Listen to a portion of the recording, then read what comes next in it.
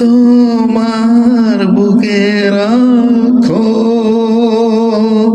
আল্লাহরই ভয়, আসবে না কোনদিন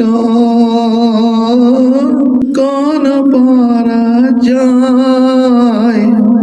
হালাল হারাম জেনে সরল সত্য মেনে নিষিদ্ধ সব ছেড়ে